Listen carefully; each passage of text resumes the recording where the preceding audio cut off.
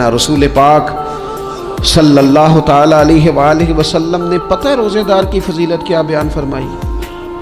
अल्लाह के महबूब सल्लल्लाहु ताला अलैहि वसल्लम फरमाते हैं कि रब फरमाता है इब्ने आदम का हर अमल उसके लिए है, रोज़ा मेरे लिए।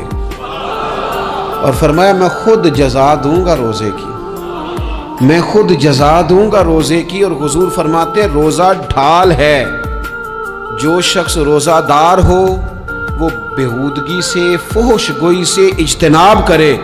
और अल्लाह के महबूब सल्लल्लाहु ताला अलैहि वसल्लम फरमाते हैं अगर कोई शख्स उसे गाली दे, अगर कोई शख्स उससे झगड़ा करना चाहे तो पता क्या जवाब दे, उसे कहे भाई मैं रोज़ेदार हूँ, मेरे मनसब का तकाजा नहीं कि मैं तेरे साथ उलझूं।